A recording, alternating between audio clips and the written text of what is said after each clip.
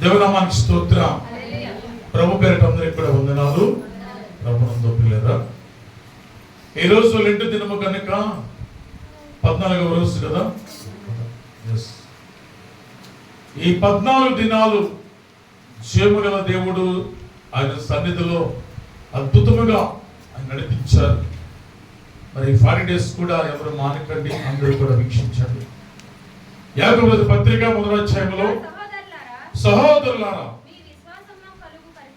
మీ విశ్వాసమునకు కలుగు పరీక్ష ఓర్పును పుట్టించును, ఓర్పును పుట్టించునని ఎరిగి మీరు నానా విధములైన శోధనలో పడినప్పుడు అది మహానందమని చప్పుడు కూడా పండుగ. ఈ 2 days లో, ఈ శ్రమ దినాలలో పరిశుద్ధ వాక్యము మనతో మాట్లాడుతున్నది. ఇది విశ్వాసులైన వారికి ఈ మాట వర్తిస్తుంది. ఇది అవిశ్వాసులకు కాదు, కానీ విశ్వాసులైన వారికి మాత్రం మాట మాట్లాడుచున్నది. ఏంటంటే, నా సహోదరులారా మీ విశ్వాసమునకు కలుగు పరీక్ష ఓర్పును పుట్టించును. భక్తి జీవితంలో విశ్వాసము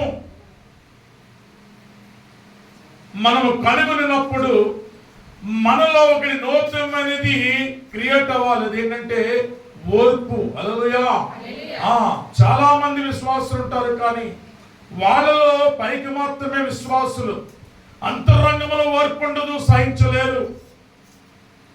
ఎవరైనా దేవుని బిడ్డలు అయినప్పుడు నేను విశ్వాసిని, పాస్టర్ గారు అంటారు, ఇవిడు మా విశ్వాసిని అంటారు.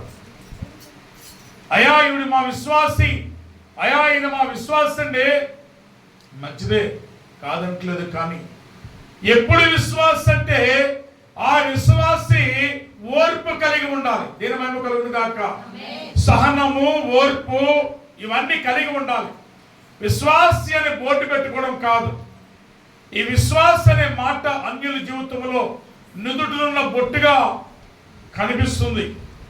విశ్వాసంగానే దేవుని బిడ్డ అన్నట్టు ఉంటుంది. కానీ నీ విశ్వాసములో ఏముండాలంట? ఓర్పు ఉండాలంట. ఓర్పును పుట్టించునని ఎరిగి మీరు నానా విధములైన శోధనలో పడినప్పుడు, అది ఎప్పుడైతే నువ్వు విశ్వాసం అయ్యావో, నీ విశ్వాసానికి పరీక్ష ఏదైనా కలిగినప్పుడు పిల్లరా ఎలా ఎంచుకోవాలండి? చెప్పాలి. ఎలా ఎంచుకోవాలంట? మహా ఆనందము, ఆనందంగా ఎంచుకోవాలి. ఒక అబ్బాయి అన్నాను, ఏదైనా లాస్ట్ ఇయర్ ఏంటి ప్రార్థింటారా బాబు అన్నాను. మా ఇంటికాడ స్తుతి కూడా పెట్టాను అన్నాడు. దేనికి అన్నాను. నేను 10th class ఫెయిల్ అయిపోయాను కదండి అన్నాడు. నాకు కళ్ళకి వచ్చింది, బాధనిపించింది. అంటే ఆ అబ్బాయి ఫెయిల్ అయిపోయాడు, కానీ దేవుని మాత్రము విడిచిపెట్టలేదు. హల్లెలూయా, హల్లెలూయా. అయ్యా పాస్ అయితే దేవుని స్తోత్రం, ఫెయిల్ అయిపోయిన దేవుని స్తోత్రం, కానీ నేను ఫెయిల్ అయిపోయిన నమ్మకం లేదన్నాడు.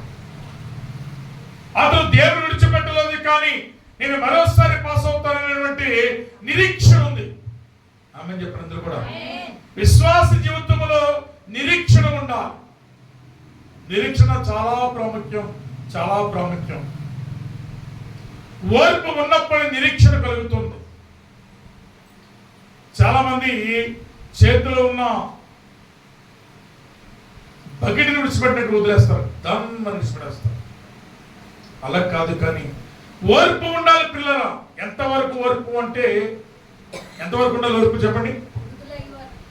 Very good. మృతులైన వరకు.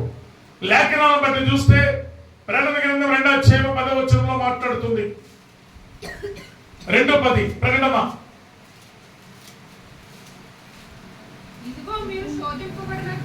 ఇదిగో మీరు శోధించబడినట్లు అపవాది మీలో కొందరిని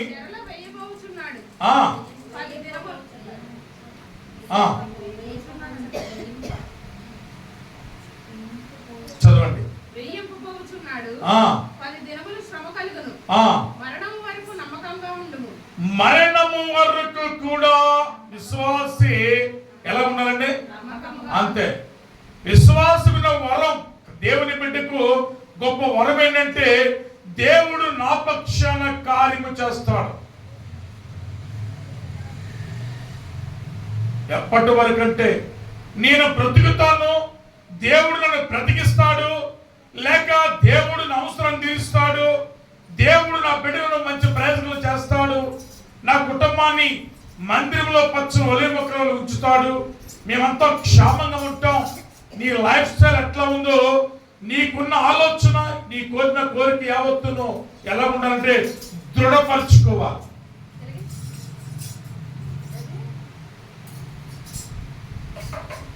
ఎలా ఉండాలండి? మన విశ్వాసాన్ని వదులుకోకూడదు, కోల్పోకూడదు, కానీ మన విశ్వాసాన్ని దృఢపరచుకోవాలి. ప్రభునందు ప్రియమైన దేవుని సంగమా, మన విశ్వాసము నానాటికి క్షీణించబోకూడదు, కానీ బలపడాలి. పరిశుద్ధ వాక్యమును బట్టి మరణము వరకు కూడా నమ్మకముగా ఎదురు చూడాలంట. అది నీకు ఎప్పుడైతే విశ్వాసికి నమ్మకత్వము, దేవుని మహిమ కలుగును గాక.